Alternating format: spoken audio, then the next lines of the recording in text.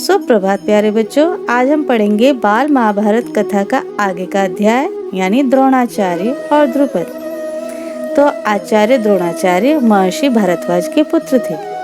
पांचाल के राजे के पुत्र द्रुपद भी भारद्वाज आश्रम में द्रोण के साथ शिक्षा प्राप्त कर रहे थे। दोनों में घनिष्ठ मित्रता थी। राजकुमार द्रुपद कई बार बातों ही बातों में द्रोण से कह रहे थे कि जब मैं पांचाल नरेश बन जाऊंगा तो आधा राज्य तुम्हें दे दूंगा।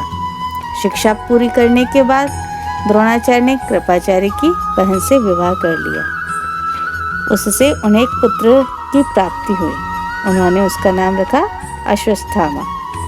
द्रोणाचार्य को अपनी पत्नी और पुत्र से बहुत ही प्रेम था। अब गरीब होने के कारण द्रोणाचार्य चाहते थे कि किसी तरह धन की प्राप्ति हो और वे सुख से रह सकें। तभी उन्हें पता चला कि परशुराम गरीब ब्राह्मणों को अपनी सारी संपत्ति वितरित कर रहे हैं। वे भागे भागे उनके पास पहुंचे। जब तक वे पहुंचे तब तक परशुराम जी सारी संपत्ति वितरित कर चुके थे और वन में जाने की तैयारी कर रहे थे। द्रोण को देखकर बोले, हे ब्राह्मण श्रेष्ठ, आपका स्वागत है, लेकिन मेरे पास जो संपत्ति थी वह मैं बांट चुका हूँ। मेरा यह शरीर धनुर्विद्या ही मेरे पास शेष है।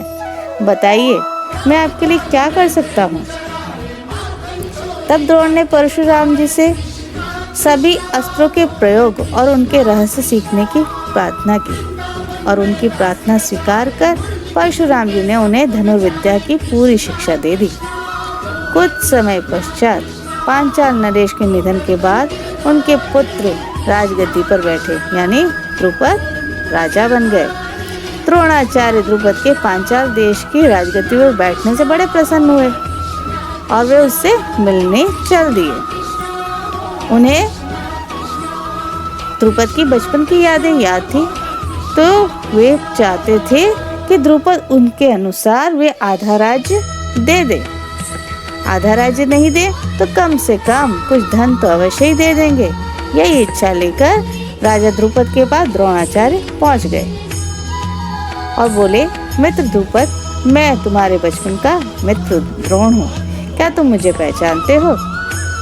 परंतु धन वैभव के मद में मस्त हुए राजा द्रुपद को द्रोणाचार्य का आना बिल्कुल अच्छा नहीं लगा। द्रोण का अपने साथ मित्र का सा व्यवहार करना तो और भी उन्हें बुरा लगा। वह द्रोण पर क्रोधित होते हुए बोले, हे ब्राह्मण, तुम्हारा इस तरह का व्यवहार उचित नहीं है। तुमने मुझे मित्र करने का साहस कैसे किया? एक दरिद्र प्रजाजन की मित्रता एक राजा के साथ कैसे हो सकती है? तुम बहुत भोले हो। यदि बचपन में मजबूरी के कारण हम दोनों को साथ रहना पड़ा तो उसके आधार पर तुम मुझसे मित्रता का दावा कैसे कर सकते हो? गरीब की धनवान के साथ, मूर्ख की बुद्धिमान के साथ और कायर की वीर के साथ मित्रता कभी नहीं हो सकती। किसी राज्य का स्वामी ही राजा से मित्रता कर सकता है, कोई और नहीं। द्रुपद की कुटिल और व्यंग से भरी हुई बातें द्रोणाचार्य सुनकर बड़े लज्जित हुए। उन्हें द्रुपद पर बहुत क्रोध आया। उन्होंने निश्चय किया कि मैं इस अहंकारी राजा को सबक सिखाकर इसके अभिमान का अवश्य नष्ट करूंगा और बचपन में हुई मित्रता को बातें जो हुई थी उसको पूरा करके ही चैन लूंगा। वह अपनी पत्नी के साथ कृपाचार्य के यहाँ हस्तिनापुर जाकर गुप्त रूप से रहने लगे यानी छिपकर रहने लगे। एक दिन हस्तिनापुर के राजा की गेंद खेलते खेलते नगर में बाहर एक कुएं में गिर गई। उस गेंद को निकालने के प्रयास में युधिष्ठिर ने अपनी अंगूठी जो थी वह भी उसमें गिरा दी यानी वह गिर गई। सभी राजकुमार उस कुएं से गेंद निकालने का प्रयास करने लगे और उपाय सोचने लगे। वहाँ एक ब्राह्मण खड़े हुए मुस्कुरा रहे थे और राजकुमार को देख रहे थे। राजकुमारों को इस बात का पता नहीं था। उस ब्राह्मण ने राजकुमारों से कहा, यदि मैं तुम्हारी गेंद कुएं से निकाल दूं तो तुम इसके बदले मुझे क्या दोगे? युधिष्ठिर ने हंसते हुए ब्राह्मण से कहा, हे ब्राह्मण श्रेष्ठ, यदि आप कुएं से गेंद को निकाल देंगे तो कृपाचार्य के घर आपको एक बढ़िया सी दावत करेंगे। तब द्रोणाचार्य ने वहां खड़ी हुई एक सीख उठाई और उसे पानी में फेंक दिया। यह सीख गेंद को तीर की तरह जा लगी। इस तरह वे कई सीखें कुएं में डालते गए। सीखें एक दूसरे से चिपकती गई। जब आखिरी सीख का सिरा कुएं के बाहर तक पहुंचा तो द्रोणाचार्य ने उसे पकड़कर खींच लिया और गेंद बाहर आ गई। सभी राजकुमार द्रोणाचार्य के इस कर्तव्य को देखकर आश्चर्यचकित रह गए। फिर उन्होंने उनसे युधिष्ठिर की अंगूठी निकालने की भी प्रार्थना की। द्रोणाचार्य ने तुरंत धनुष चढ़ाकर कुएं से उस अंगूठी को बाहर निकाल दिया और युधिष्ठिर को दे दी। यह चमत्कार देखकर राजकुमार और भी चकित हो गए।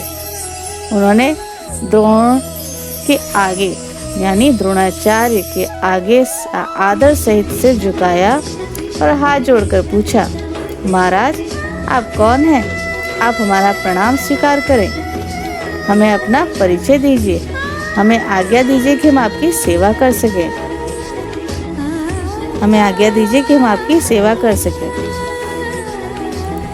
द्रोणाचार्य ने राजकुमारों से कहा, यह सारी घटना बताकर पितामह भीष्म से ही मेरा परिचय करवा दीजिए। द्रोणाचार्य ने राजकुमारों से कहा, तुम यह सारी घटना बताकर पितामह भीष्म से ही मेरा परिचय प्राप्त कर लेना।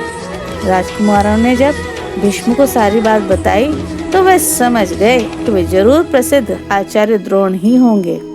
उन्होंने निश्चय कर लिया कि वे अब से राजकुमारों को अस्त्र शिक्षा द्रोणाचार्य के हाथों ही पूरी कराएंगे। उन्होंने बड़े सम्मान से द्रोणाचार्य का स्वागत किया और राजकुमारों को गुरु द्रोण से ही धनुर्विद्या सीखने का आदेश दिया।